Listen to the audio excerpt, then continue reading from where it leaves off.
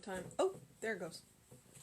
Good morning, beloveds. It looked like it was going to take an awfully long time to start the video, and then it started. And this is Sugar. You have seen her before. She's being exceptionally clingy this morning. I don't know if you can hear that magnificent purr, but she's got a good one. All right, baby girl. You gonna let me do my job? Okay. Let's see. Okay. It's like, I want to sit in your lap. I want to sit in your lap. No. I'm going to get down now. Life with cats.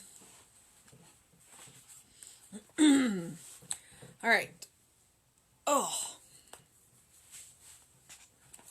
I did a lot of shoulder and back work yesterday, so I'm a little stiff. It is August 18th. It is Tuesday. I went for a run today, so it's Tuesday. And our title today is My Word Accomplishes.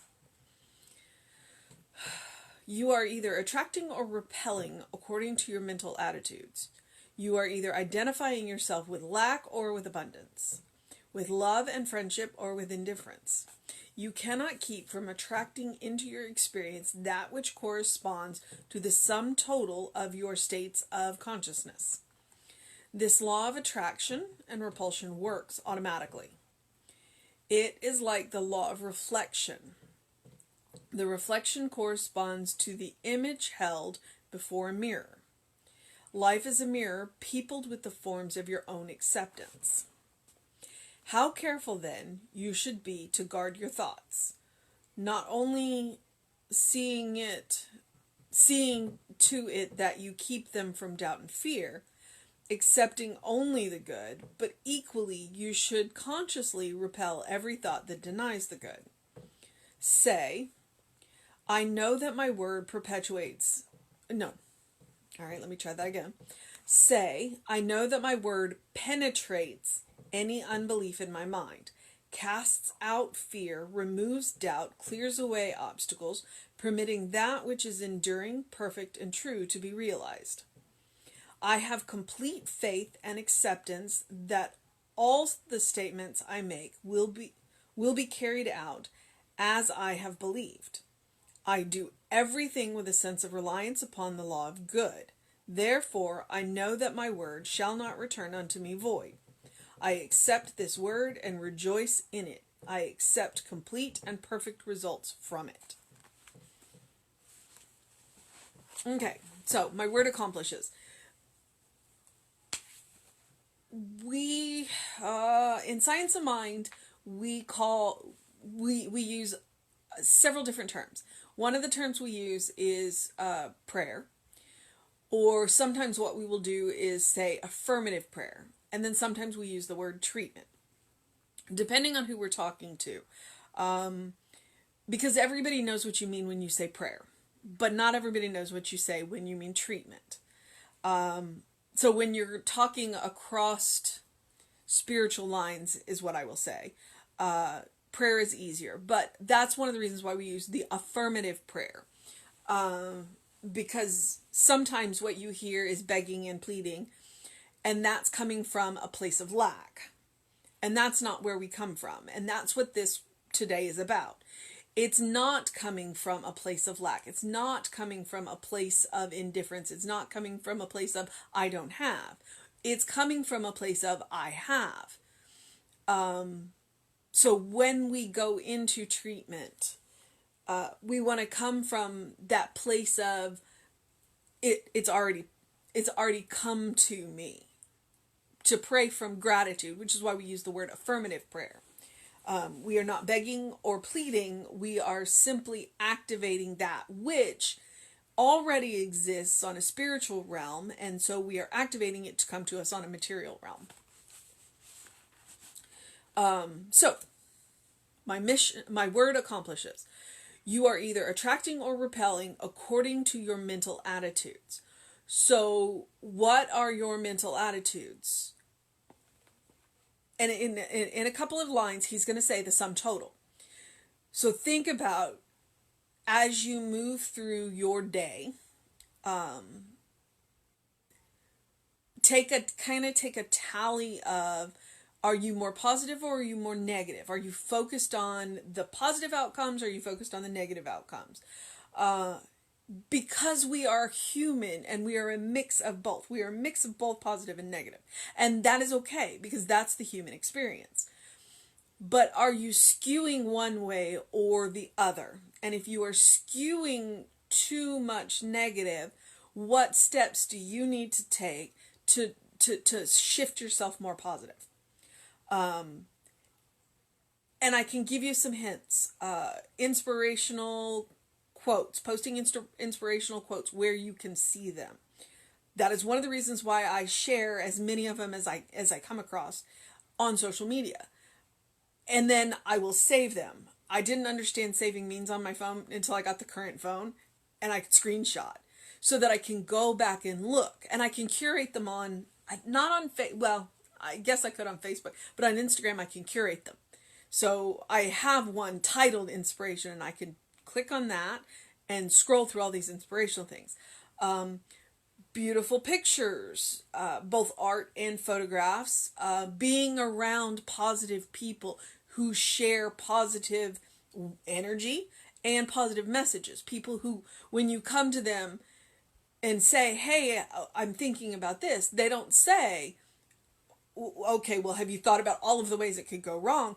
They say, oh, that's amazing. How can I support you in that? You know, that's what you surround yourself with, those kind of people, and put yourself in loving environments. You know, cats, dogs, pets, beings that love you. That's another way to get to help to support your mental attitudes. I follow every single CSL on every platform that I'm on, so that their inspirational messages can come through, so I can watch live like this, or the you know, the things that they post. Grand Junction, one of my friends is the senior minister at Grand Junction, and she posts prayers that either she writes or one of her practitioner writes. David Bruner does the same thing. He posts treatments or prayers that members of his, I think, practitioner team, or maybe even not, the prayers that they're written so you can read them and you can save them for a time when you need them.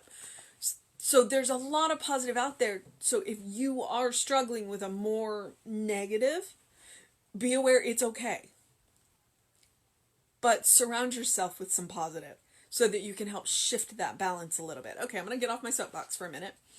Let's get back to earnest. You are either identifying yourself with lack or with abundance, with love or friendship, or with indifference. You cannot keep from attracting into your experiences that which corresponds to the sum total of your states of consciousness. And I love that he put that in there. It's so important that he says the sum total of your experience, your states of consciousness. Don't beat yourself up for any negative thoughts. Don't. Because that's not the sum total of your experience. But if you notice that you are having slightly more negative than positive, then that's why I gave you the soapbox of, here are all the things that you can do to help shift yourself into a more positive. Every negative thought does not count against you. But if you tip the balance, it can start to erode you. So do what you need to do to make sure that you are surrounding yourself in a loving, supportive, caring environment so that you can create that loving, supportive, caring environment within yourself. Sum total of your states of consciousness. All right. This law of attraction and repulsion works automatically. You don't have to do anything other than mind your thoughts. It is like the law of reflection. The reflection corresponds to the image held before a mirror.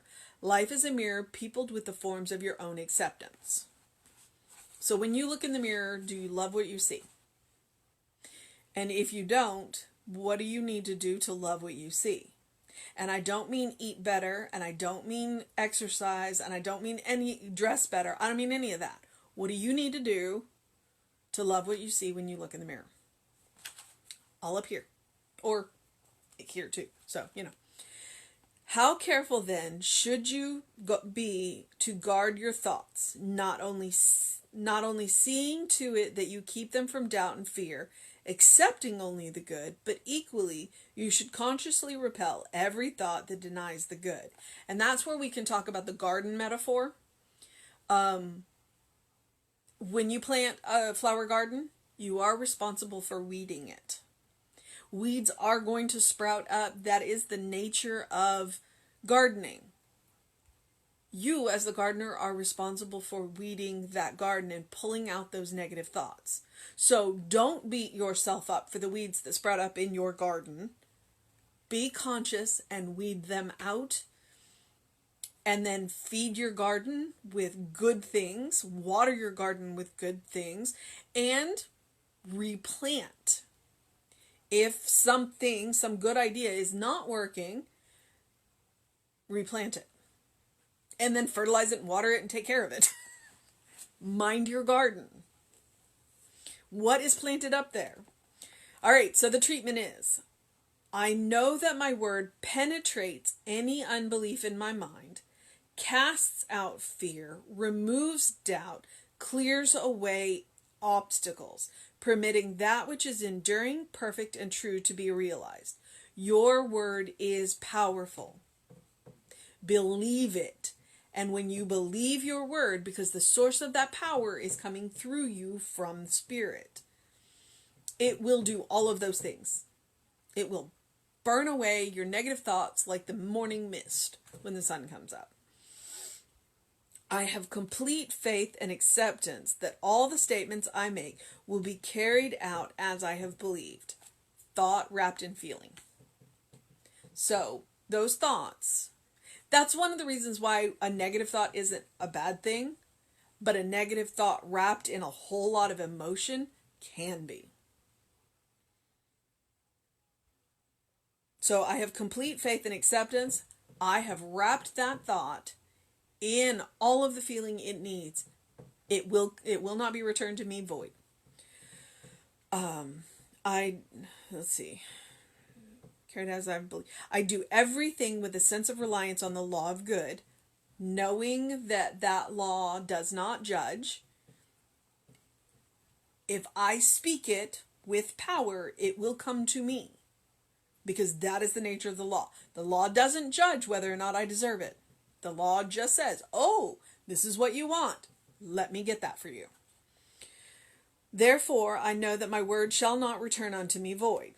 That is a Bible quote. I'm not sure where from, though. I accept this word and rejoice in it. I expect complete and perfect results from it. If you're going to do a treatment, do it fully, in full belief, in full power, in full emotion. Don't half-heartedly do it. I really wanted to say something else, but I'm being good. Because if you're not going to believe it, you're not going to get it. So our mission, should we choose to accept it today, is to guard our thoughts and manage our sum total of the states of consciousness. Just remember, don't beat yourself up for a negative thought.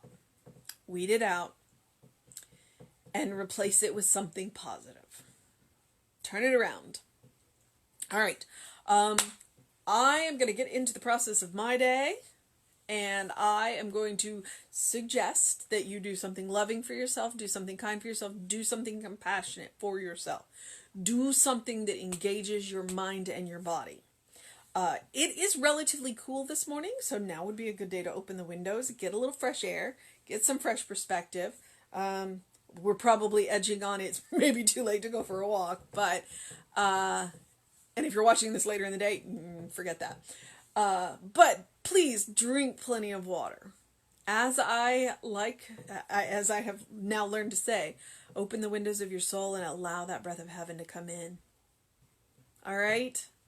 Know that you are a beloved child of God in whom Spirit is well pleased. Always and forever. Reverend David will be on with you around 5 p.m. today. I will be back with you at 9 a.m. Have a wonderful day, beloveds.